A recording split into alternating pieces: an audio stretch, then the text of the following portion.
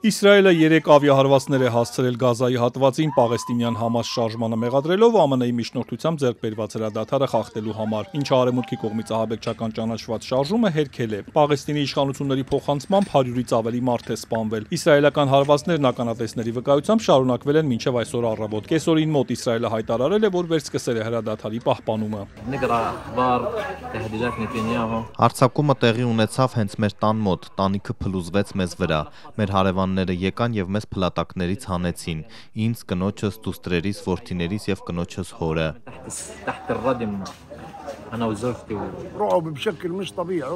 Անհավատալի սարսափ է սա, պատերազմն ավարտվեց, զինադադար հաստատվեց, իսրայելցիներն էլ ստացան իրենց պատանդներին, վերջ, ինչ է մտադիր են սպանել մնացածին։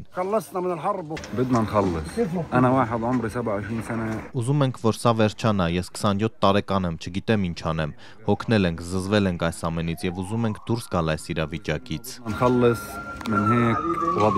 Հարձակումից առաջ Իսրայելի վարչապետի գրասենյակը հայտարարել էր, որ Բենյամին Նեթանյահուն կարգադրել է անհապաղ ուժեղ հարվածներ հասցնել Գազային։ Հայտարարությունում կոնկրետ պատճառ չէր նշվում, սակայն իսրայելցի զինվորական պաշտոնյան պարզաբանել է, որ Համասը խախտել է հրադադարը, հարձակման ժամանակ սպանելով իսրայելցի զինվորի անկլավի այն հատվածում, որը գտնվում է Իսրայելի վերահսկողության տակ։ Համասը հայտարարել է, որ Նեթանյահուն առիթ է փնտրում պարտավորություններից հրաժարվելու համար, մինչդեռ շարժումը հավատարիմ է հրադադարի պահպանմանը։ ԱՄՆ նախագահն իր հերթին ասել է, որ իսրայելական զինուժը հակահարված է տվել Համասին, ինչը եւ պետք է աներ։ Հրադադարը սակայն վտանգված չէ, պնդել է Դոնալդ Թրամփը։ Ոչինչ չի վտանգի հրադադարը։ Համասը դժվար վիճակում է, բայց ասել են, որ լավ կպահեն իրենց։ Եթե լավ պահեն, լավ կլինի ու նրանք գոհ կլինեն։ Եթե լավ չպահեն, նրանց կվերացնեն եւ նրանք դա հասկանում են։ ԱՄՆ փոխնախագահն իր հերթին վստահեցրել է, որ հրադադարը պահպանվում է։ Դա չի նշանակում, որ այստեղ-այնտեղ փոքր բախումներ չեն լինելու, ասել է Ջեյ Դի Վենսը։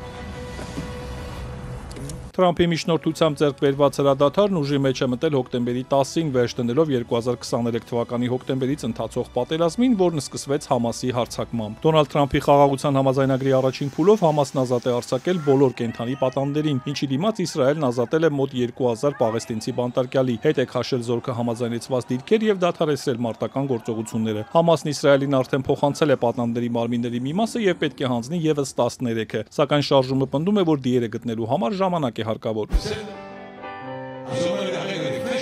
Իսրայելցիները երեկոյան հավաքվել են Թել Ավիվի պատանդերի հրապարակում, աղոթել Գազայում պահվող պատանդերի մնացած մարմինների ազատ արձակման համար։ Հավաքվածներին դիմել է նաև վերջերս ազատ արձակված իսրայելցի պատանդերից մեկը։ Իսկապես բառեր չեմ գտնում խոսելու այն ամբողջ սիրո եւ այն ամենի համար, ինչ դուք արեցիք իմ եւ բոլոր պատանդների համար։ Սա պատկերացնելու բան չէ։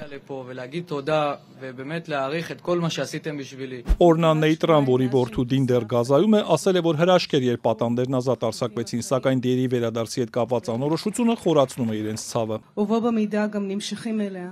Մենք ցավոտ անորոշության մեջ ենք եւ մեզ տանջում են անպատասխան հարցեր, քանզի ամոքումը պահանջում է որոշակիություն եւ սուքը չի կարող սկսվել առանց գերեզմանի։